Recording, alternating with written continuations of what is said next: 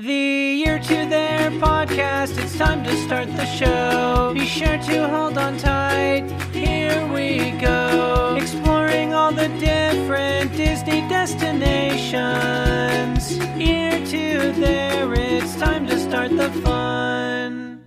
Hello everybody and welcome to the Year to Their podcast, Walt Disney World Word of the Week.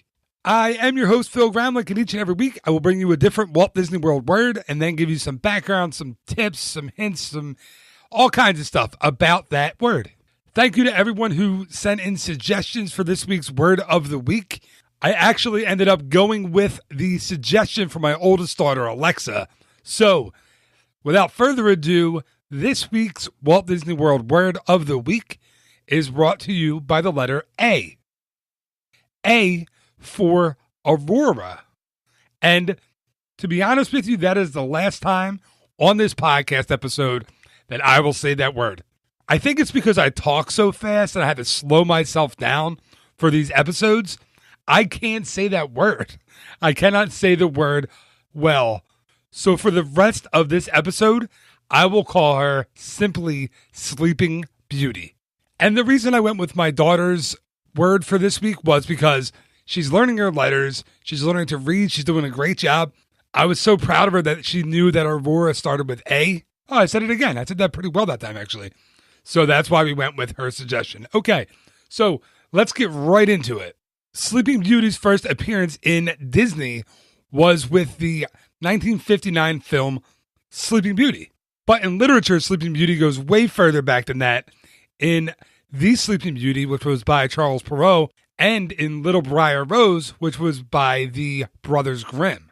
So as I said, the Disney version, the film Sleeping Beauty, was released in theaters on January 29th, 1959. And actually, this was the last adaptation of a fairy tale by the Disney company for more than 30 years. Sleeping Beauty did not do very well in the box office. The critical reception was not great. And Disney decided to bag the idea of adapting fairy tales until 1989's The Little Mermaid, which of course started the entire new golden age of Disney animation. But back to Sleeping Beauty. So let's talk a little bit about the film, right? So after years and years of not having any children, King Stephen and Queen Leah welcomed their daughter and the name that I cannot say, Sleeping Beauty, otherwise known as the A word. They decide that this day is going to be a holiday in their kingdom, and they're going to have a huge party for her christening.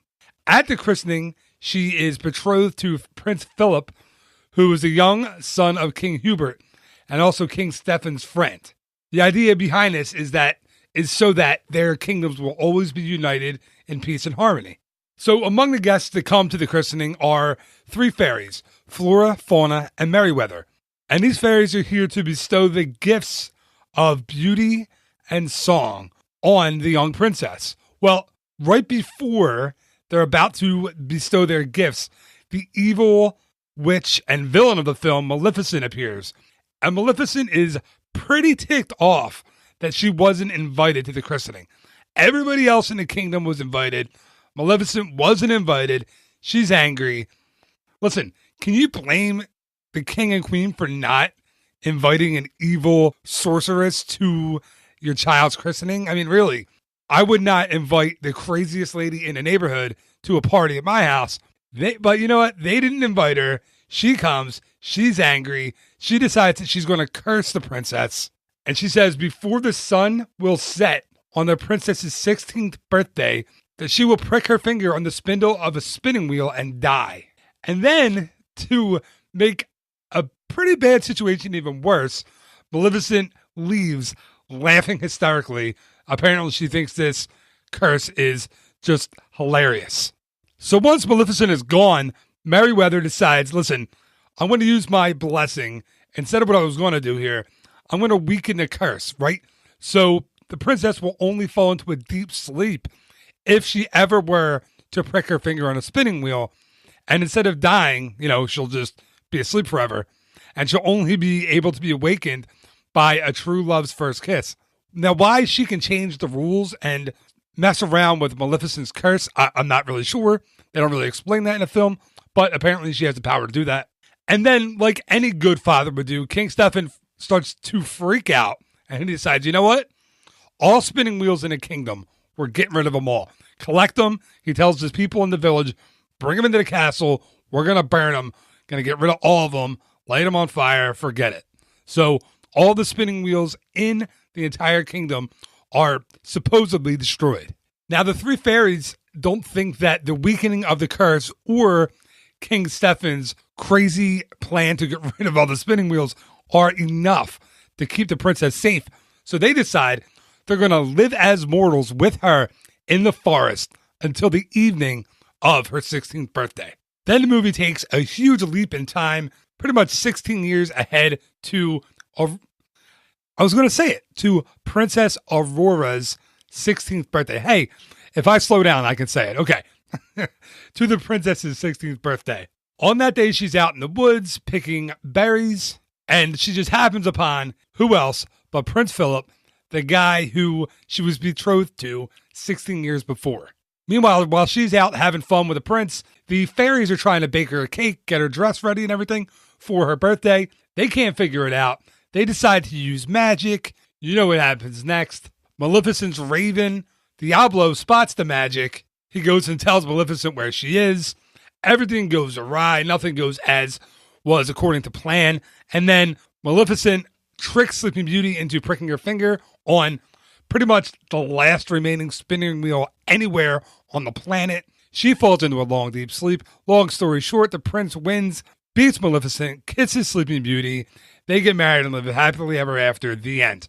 Now, a couple things you might not know about this film. One of those things is this is the least amount of screen time a princess ever got in any Disney animated feature. And that's actually pretty surprising considering the name of the film is Sleeping Beauty. But Maleficent is much more the star of this film over Sleeping Beauty herself. As a matter of fact, Sleeping Beauty is only in about 18 minutes of the entire film. Not only that, she has an equally low number of 18 lines of dialogue in this entire film.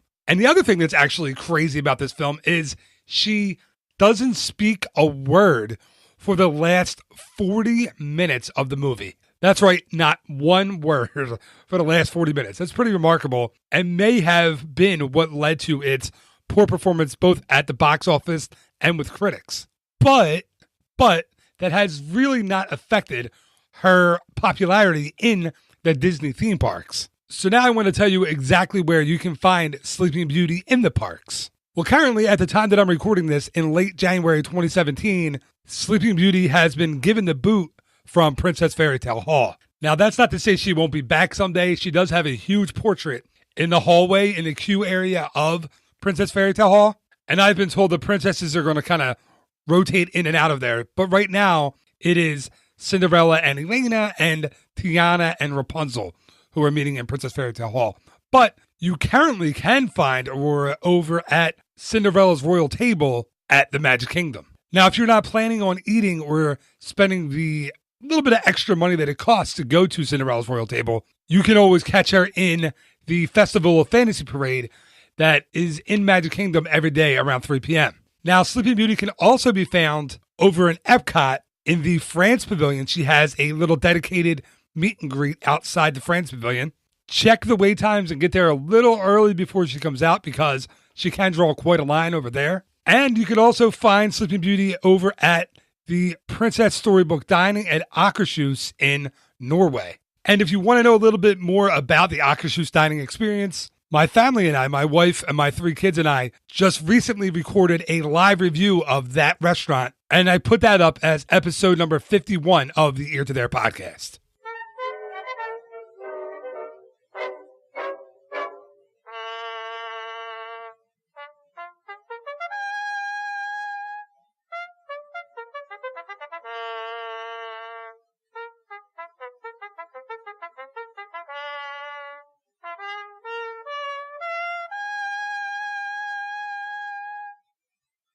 And that is going to do it for this week's Ear to There podcast, Walt Disney World Word of the Week. As always, thank you so much for listening. It is always greatly appreciated. And all I ask is if you did enjoy this episode, please just tell someone about it. I know you have the princess fan in your life. Please just tell them they might really get something out of this episode that features, I'm going to try to say it again, Princess Aurora. Or, that sounded like I butchered it. Or just simply Sleeping Beauty. And just remember, there will be a new episode of the Walt Disney World Word of the Week each and every Wednesday morning, as well as a new episode of the Ear to There podcast each and every Monday morning. So until next time, have a great week. Thank you again for listening. Bye-bye.